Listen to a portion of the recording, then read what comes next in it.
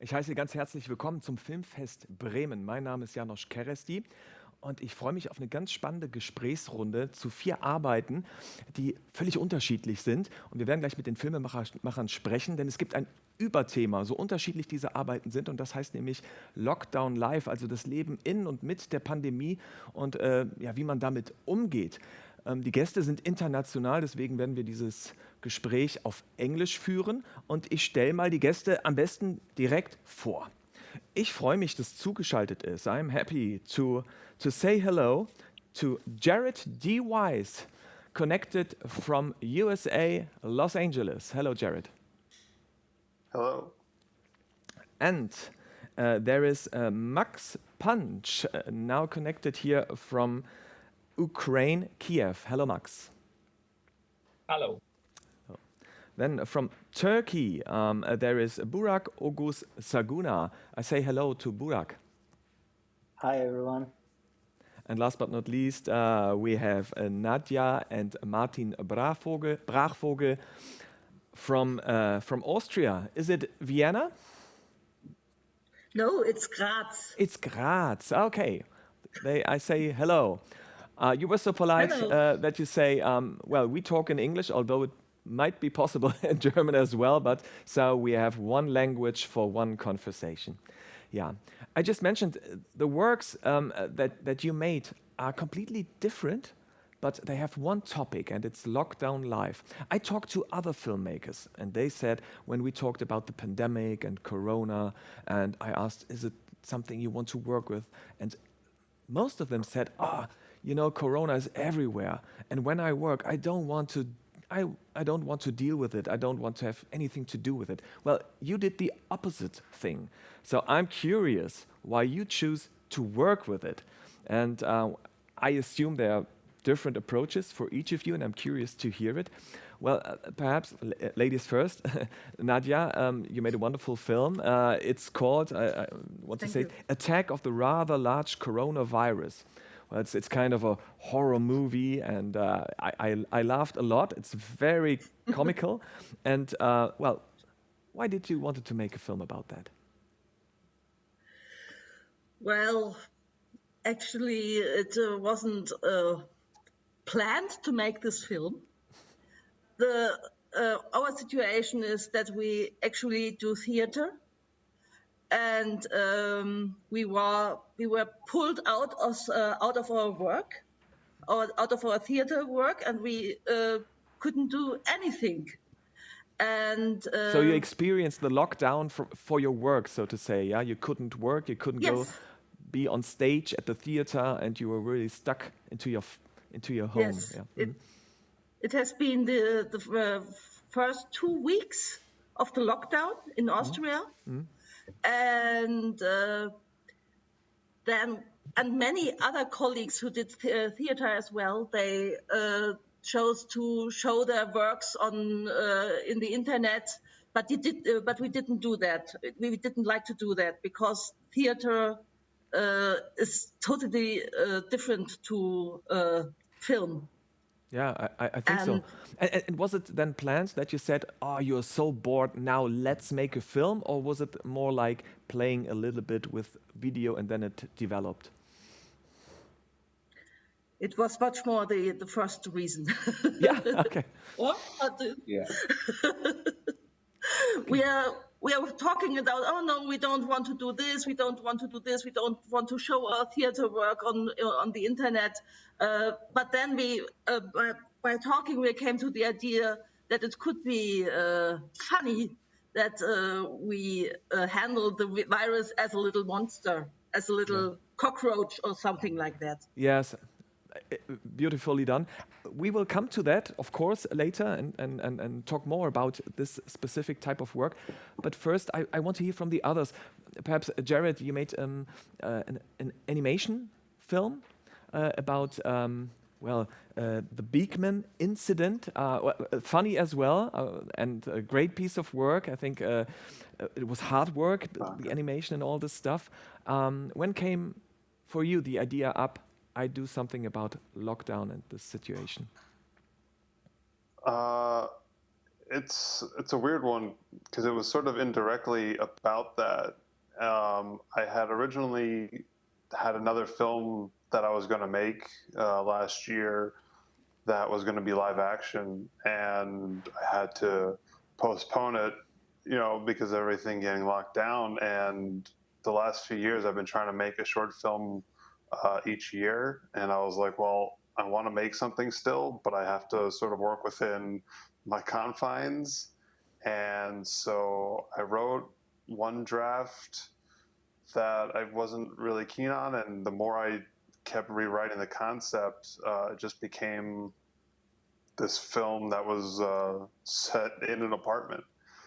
Each of those characters came to be because I asked the three people I wanted to work with for voice actors if they could be if they could be an inanimate object, what would they be?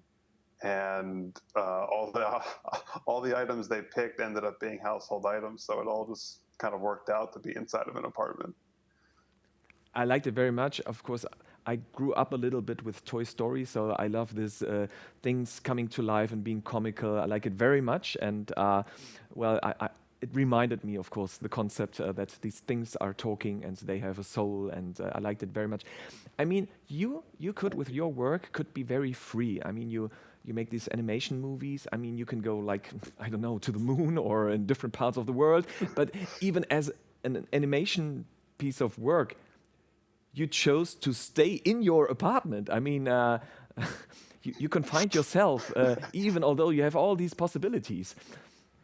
How did that feel? That's true. I mean, as I said, it was like something that was not like conscious until I really started working on it. Originally, I thought the film was going to be set in a park, but when my one voice actor was like, "Well, I want to be a lamp," my other friend was like, "Oh, I want to be a shoe," and then the radio all just together of like, "Well, where's the setting that makes sense?" They just kind of worked. Okay. Yeah, very, very interesting. I look at Max now, and as far as I could read, it was more like really by chance that it happened that you made this film.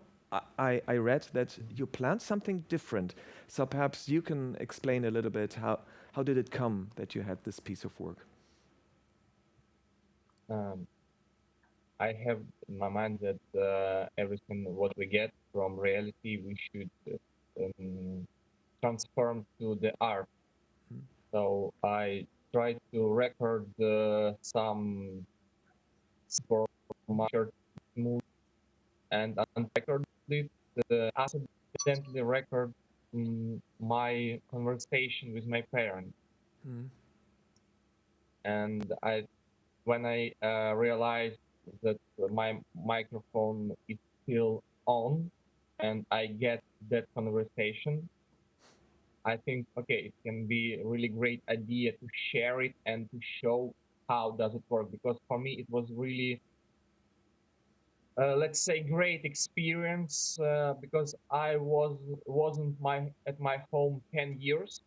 I leave my parents 10 years ago and live in different cities and do my job. But before the quarantine, before coronavirus lockdown, I get to the home and I get stuck there.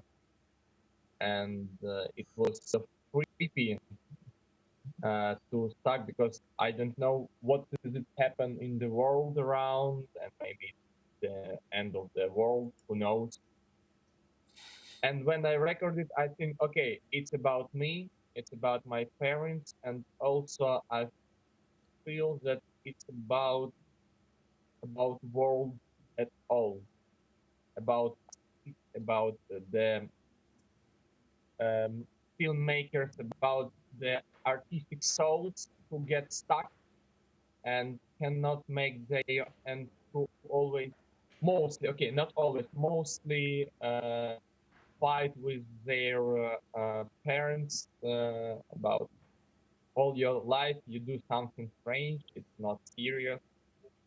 So I try to make movie from it, and I hope it's worth, and I hope you understand what is inside, and I hope it's touchy for everyone who made art. I mean, it's very emotional. You said it's the problem that parents might not understand what their children, if they are artists or filmmakers, really do. Did they understand what you were doing with this film? I mean, they took part in it. I think it does not matter anymore because I record some of scenes. For example, that scene when my father helped me with razor. It was my connection with my father. We never was so close like this. Okay. Maybe only when I was a little boy. Yeah. So for me, this story already end, and I totally does not care what they think about my movie, because this is my movie. This is my movie, and this is what I say to the world, and I doesn't care what they think Okay. for now. It's more important what they feel now about me, not about my movie. Okay. And of course, I want to ask Burak as well. Well, in advance, let me say you have this wonderful old couple in this movie that are most of the time, if I get that right, they are separated. I mean, there's one situation where the woman is inside and the man in all this security clothes is outside and he's like waving with his hand. I think that's the only thing they are like seeing each other. Otherwise, they are going totally different ways. And I heard that it's your parents that are the actors there. Is that right? That's true. Yes. And I mean, of course, this is not like documentary. It's really like scripted and arranged. What was the idea? Well, to do this film and to do it with your parents. Well, the idea was I was actually just started traveling with my first film before I shot this, like before the lockdown started in the pandemic, and that was a big thing for me because I've been doing cinematography for 15 years now, and I recently directed my first short film, and then that just started traveling. I was really excited to go around, and then I returned home from the first festival, and then the lockdown happened. So it did start as a pretty depressive period, and then but this thing where I moved, where the film is shot, this is like only recent, maybe a couple of years ago.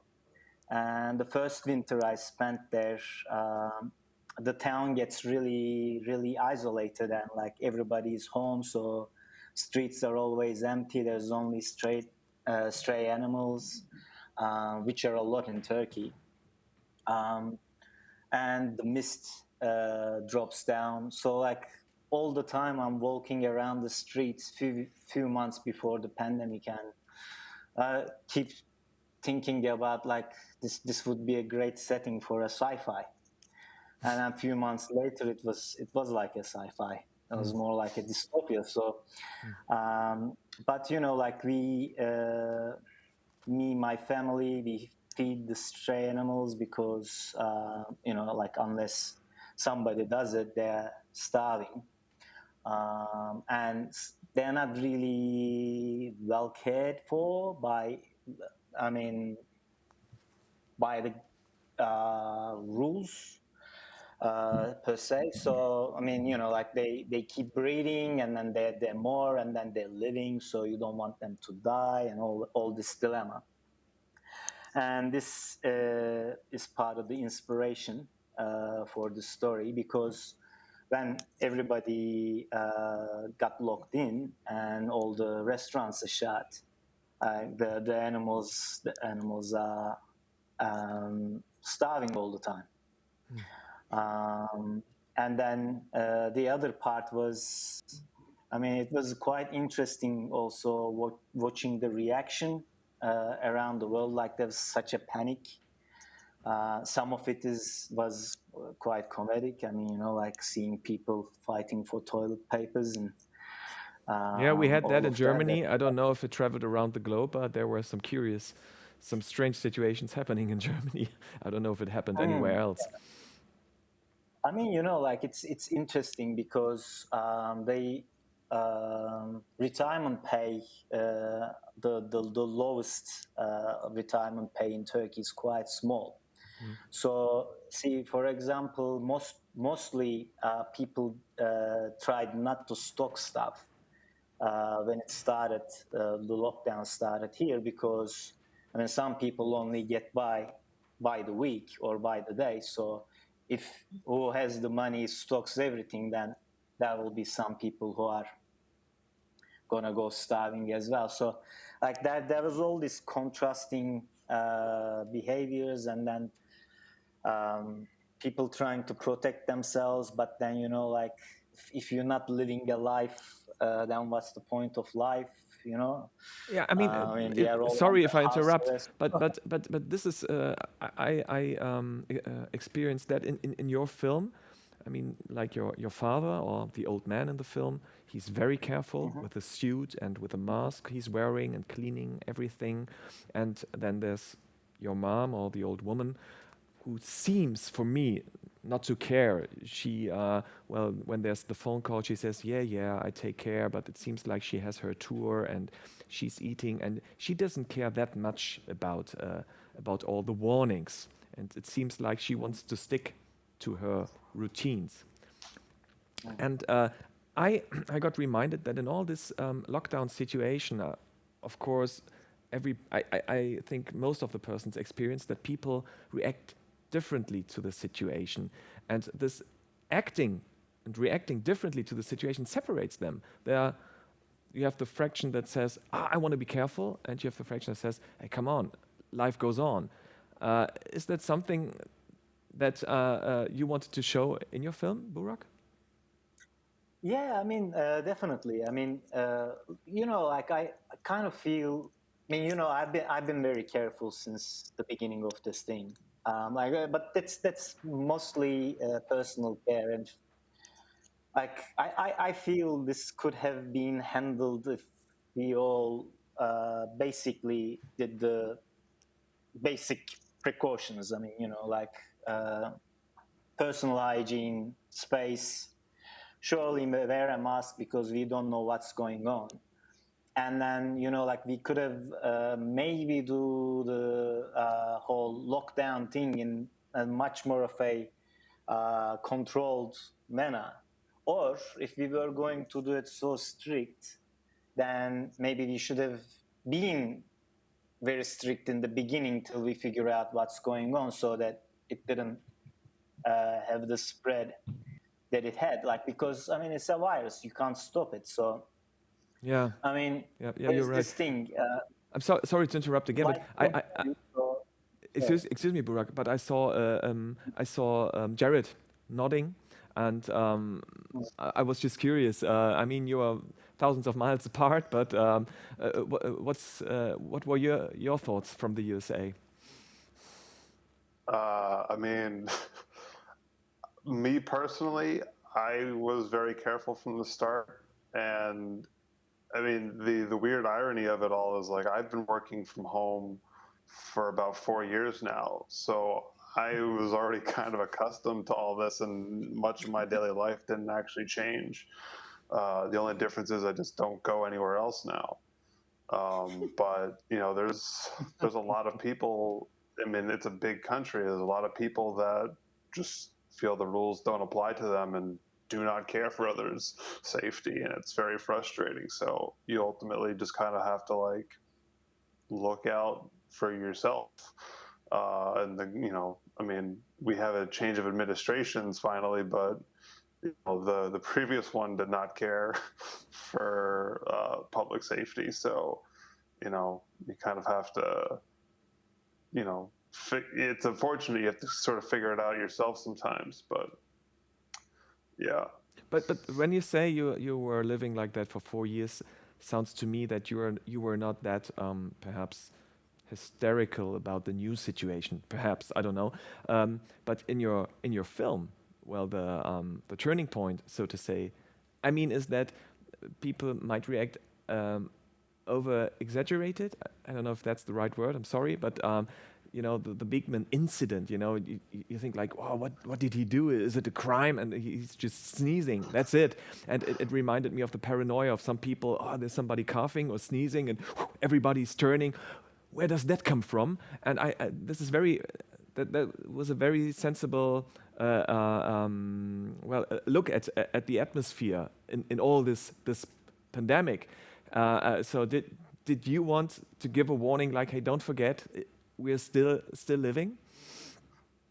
Absolutely. I think it becomes that weird thing of like, you just say you go into a grocery store and you hear somebody cough and like everybody looks at that person now. And it does create that weird sense of paranoia over something that you used to just not think about at all. And that's definitely something I was trying to capture at that endpoint there. Yeah, I think beautifully done. And when we talk about paranoia, I want to talk to Nadia and Martin again. You did a very, very nice thing. Fighting really with this virus. You had a little model, and you, Nadia, are really like in panic, and you go all through all these emotions, like you are attacked and you have to defend yourself, and then there's kind of a counter attack. And well, I thought it's so funny. We are in the real life are fighting with an invisible enemy, but in your movie, at least, you can see the coronavirus. Isn't that like not encouraging to see what you're dealing with? Yeah, absolutely. It was right at the beginning of the hard lockdown, and the streets were really. It was every day. It was like Sunday morning on the street. It was completely quiet, almost no car outside, no person. It was peaceful. It was very, very, very quiet, and it was kind of nice, and also very, very spooky, because as you said, you don't really see. If there was a flood, people would react completely different. If everything would be flooded, but in that way, it's just invisible, and so you kind of doubt the danger.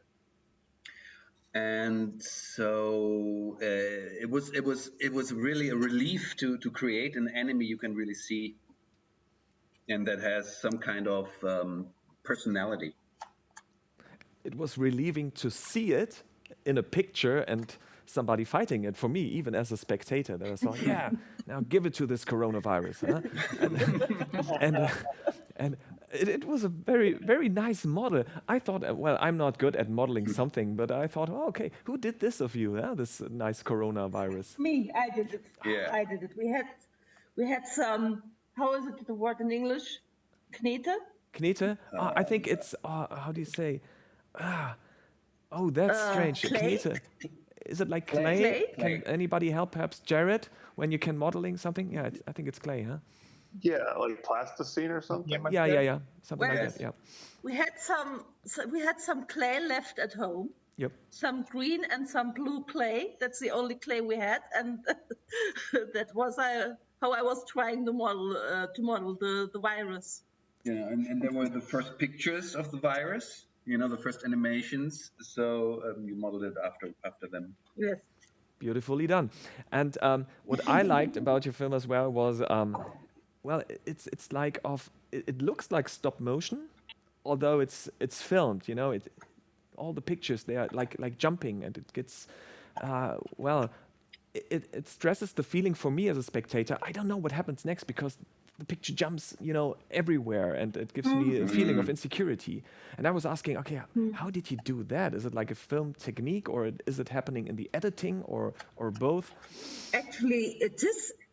Everything is stop motion. It is stop motion, but it was quick and dirty stop motion. Yeah. So we really we shot the pictures, the individual pictures, at a really fast pace. Yeah. And so that's why you get the impression that it's almost like a shutter effect Yes. of a film. Yes. And I don't want to spoil everything, but you know, in the end, it's like coexistence, you and the virus, you know. It seems kind of Yes. cute even, you know, the virus next to you and everything is calm. Well, I thought, is there something like a message, okay, don't take it too seriously, perhaps there's something we can go on with life without being hysterical, or... Absolutely. Well, it took us quite some time to find an ending. We had a very at first we had a negative ending, some kind of cynical ending also, and then we sent this ending to friends of ours, and they said, "Come on, you know, it's bad enough as it is." And it's also kind of you know, the idea is you I mean, you can do what you want. You have to live with it. There's no way to deny it. And so we decided to transform everything into love. Yeah, I mean, that's interesting. Yeah, I liked it very much. I want to get back to Max and his piece of work. When I saw your film, of course, there's this conversation you have with your parents and this the recording, and it seems to me non-fictional. There were other parts where I thought, okay, is everything non-fictional, or is it like the shaving of your head? Are there some ideas that are fictional and it's kind of mixed up? Perhaps can you say some words to that? Sure. Mixed up because I'm they sorry. get I'm this sorry. Now the accident. connection was a little bit disrupted. Could you start again? I couldn't hear the beginning. I'm sorry. Yeah, of course it's mixed. It's mixed because I get that part that I record accidentally, and I think, okay, I should put it together, and I need some of some of video to put more inside. For example, I shaving my head before. I just record the finishing of it. And actually for me it was transformation also because I had long hair all my life. I saw the photo of you as And director, and you have some dark and long hair, and I thought, well, it must be quite a sacrifice, huh, to shave all this hair. Why did you do that? uh, I think it's because I need to change something because stress from this isolation getting too far. Okay. And I feel so stressed inside, and I need to change something in my life. And Did it help? somehow it's helped. It's some kind of therapy. I don't know Okay. how does it work, but at least it works. So whoever's watching, perhaps it's something that people might do. Change your hairstyle, or even shaving it.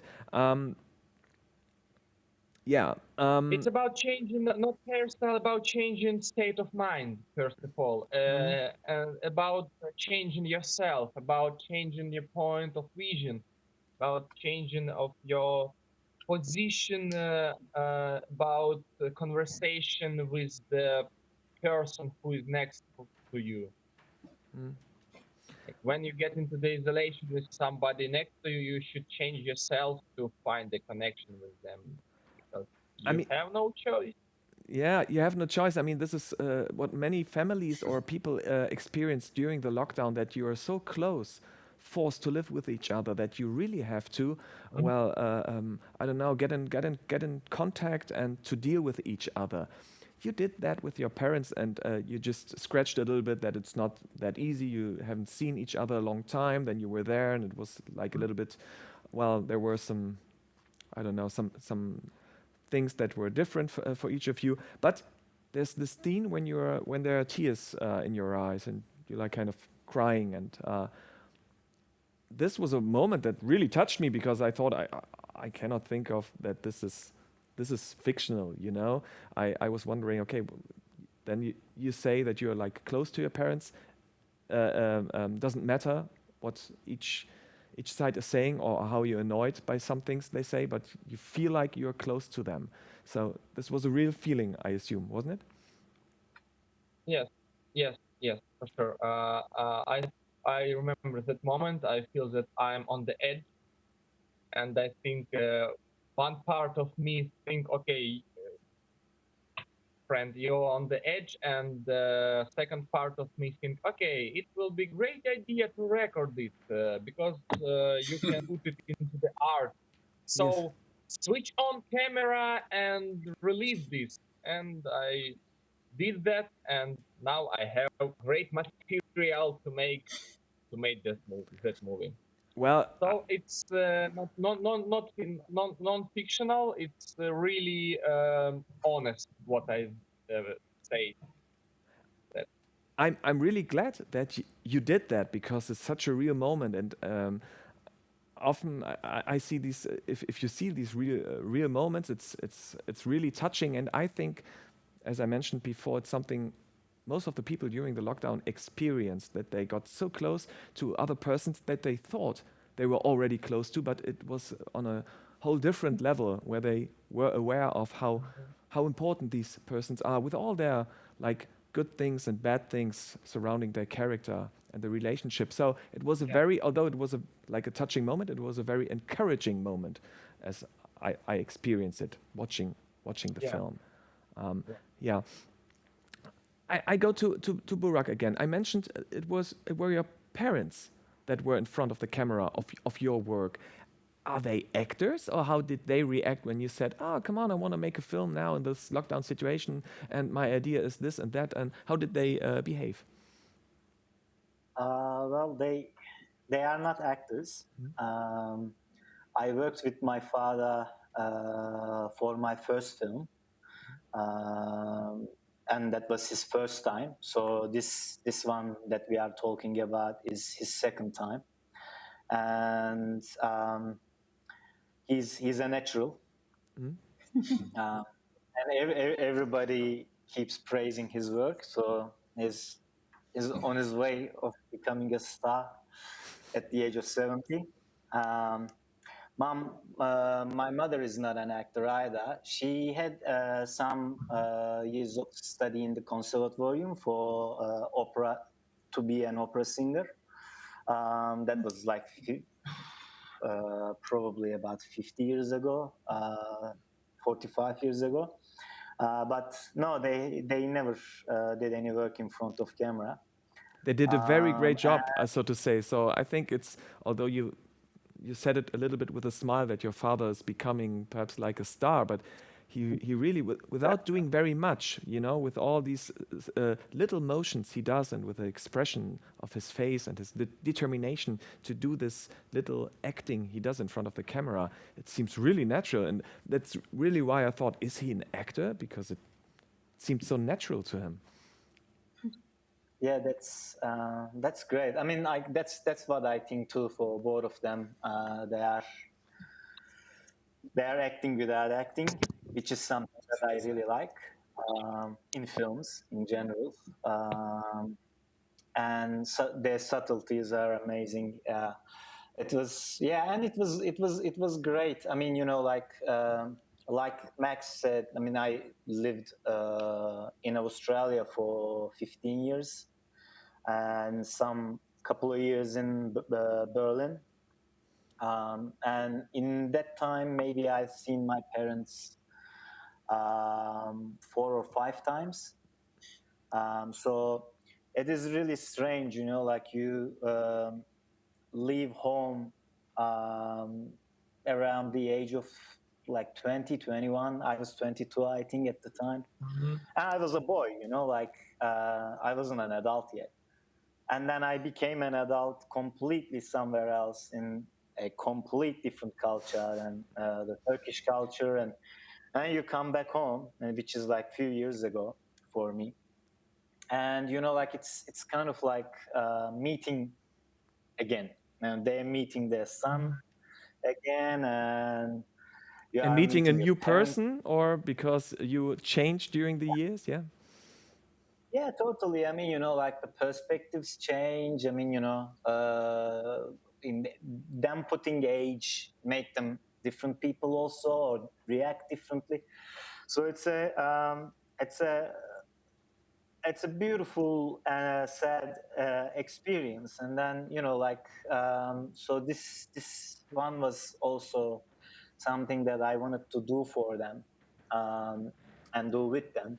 I mean, like a part of this lockdown, maybe that is not talked so much about, the older people. I mean, my parents are lucky because they're still together, and they didn't really had to sustain a marriage. They still they love each other and all that. And then like I think about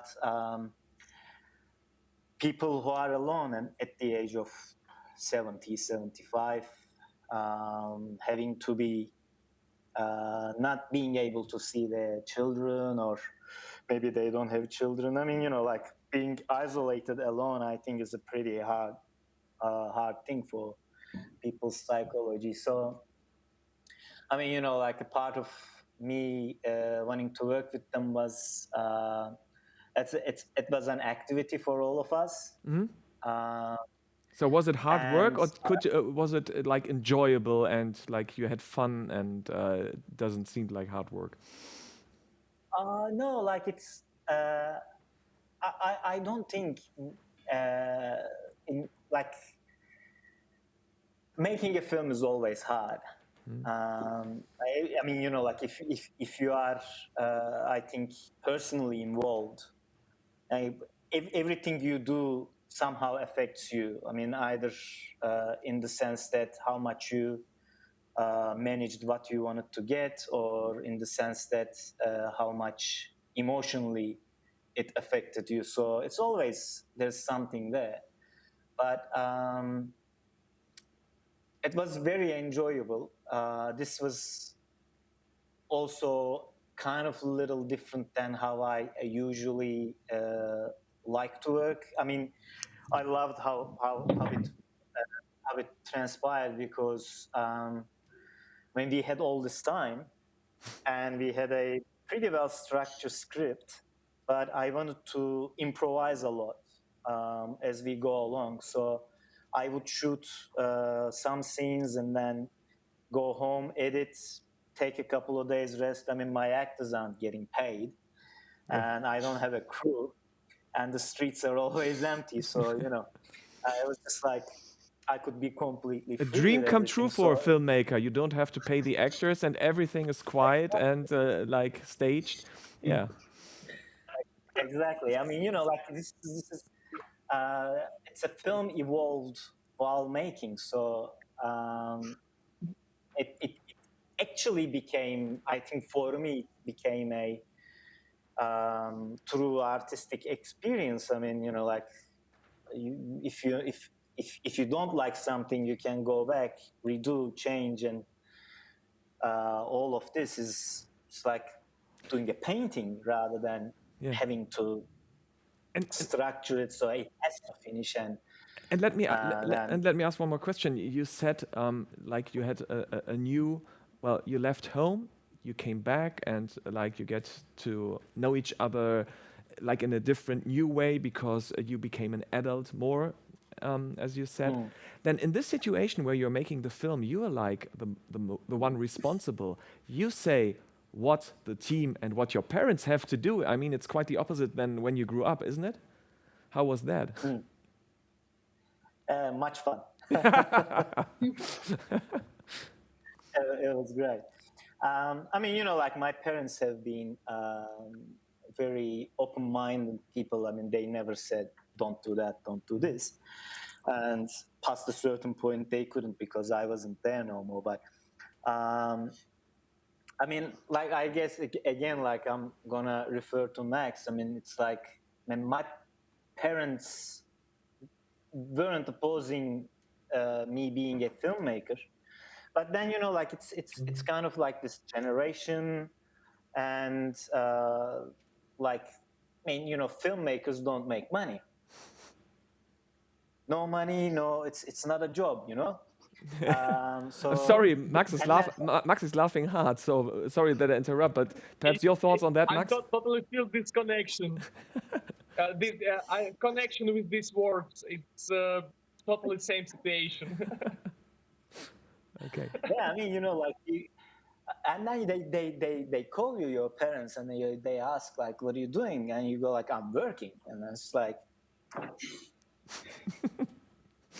where is it? And it takes like 15 years, and you make something, and then like this time around, working together twice in a very close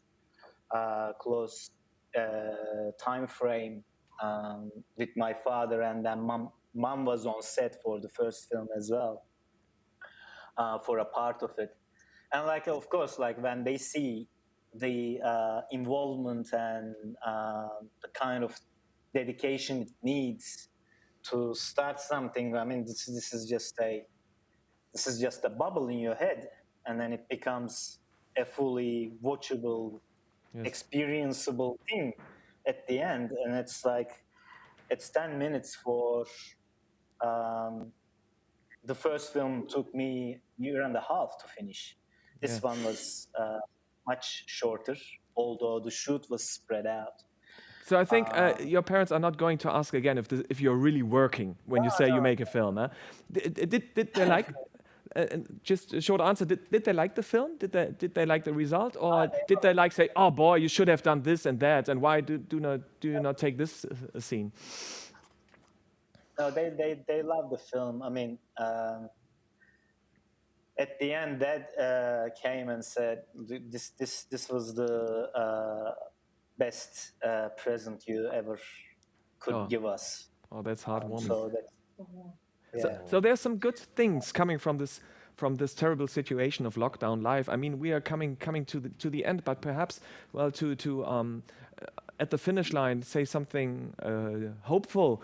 What are the good things that we learned from your point of view from this whole situation? Is there something that we can transport into the life after lockdown and perhaps after pandemic? Is there something that comes to your mind? I look now into the round in general. Is anybody any thoughts on that? Or is there nothing that we can like learn or take for as an advantage for us? Jared? I mean, I would say that the interesting thing I found, because in addition to making short films, I also work in TV animation.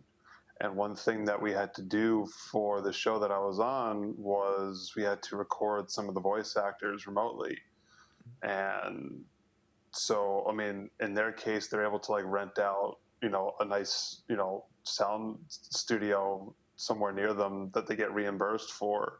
But in my case, I mean, I have no budget for my short films. So I work, I mean, I do all the sound design for my films as well. So I always try to work with the sound as opposed to, making a film where the sound feels a bit disconnected.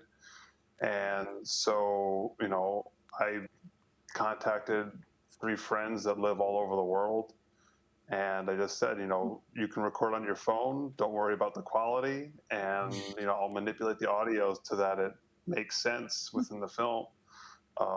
So, for a character that's speaking through a radio, it didn't matter if her voice was a bit distorted or not, because I could manipulate it even further to, fit the actual world of the film. And it just really made me, think like, yeah, there's really no, at least when it comes to animation, there's not really the limits that you think exist in terms of, where people need to be in order to make it work. Even in television production, we had producers that said, "Oh, you have to be in the studio. You have to always work here." And it's just like, well, we made it work. I know it works because I do it all the time for my own films. And I think people are getting the realization of, you don't have to centralize all the work. You can, let folks be where they need to be and still get the same result. It might be, well, thinking out of the box and being more free and creating more space and more possibilities. Yeah, that's a good, Absolutely. a good thought. I know. I mean, we are not at school, but any thoughts on that, Martin? Yeah, it's for us as people from theater. we completely depended upon something which is the opposite of what's going on right now. So we kind of and the people in the theater business they pretended that it was no problem, and we just put it online as a stream. And this never works. It's like Magritte, this is not a pipe, and it's the same thing with theater. This is not a theater. This is not a play. So the benefit is that we really want to connect more to film, more to the streaming form, and see what is the thing that differs, that's different from theater, and that we can use. So. And that's without the lockdown, we would have never had this experience, because we had to work, we had to do theater, so we didn't have the time to experiment on that. Yeah, interesting. I think so. Yeah, it stresses that difference. Yeah. So, and hopefully we see more films from you, and of course from all of you here. It was a pleasure to have you here, to have your films here. Max, you wanted to say something? I didn't want to interrupt. I just want to put a few words. I think what I get from this lockdown, the most experience and understanding is everything what you get from this world, or maybe from universe, who know, you should transform it to the art. This is the best way, I think. And who's better fitted to do that than artists? People who have great ideas, to make some piece of art of it. Everyone, because all of us is the pieces of this world, and all of us are little artists who made the little things, and all these little things put together and getting bigger and bigger, and world changed in the better way. Max, I thank you very much. I also want to say, I'm sorry. Please. I just want to before we end, I just want to say I'm really looking forward to see what you did, you guys. Yes. Yes. I mean, we lead this conversation takes place in advance, so you don't know the work of the others, but it's just some days, and then you will see it. And I think I can really encourage you, because it's a very, very great pieces of work that you all made, and it's really worth the time to experience it. I thank you very much. It was a pleasure to have you here, and it was great. And all the best for the next things that you're going to work on. And I say again, thank you very much to Jared D. Wise with a piece of work, The Beekman Incident, and dialing in from Los Angeles. I think you can see it. It's so dark. It must be in the middle of the night. Thank you so much. Thank you. It is 2:45 in the morning. Wow. Okay. So thanks a lot. And we have Nadja and Martin Brachvogel from Graz. Thank you very much for joining us.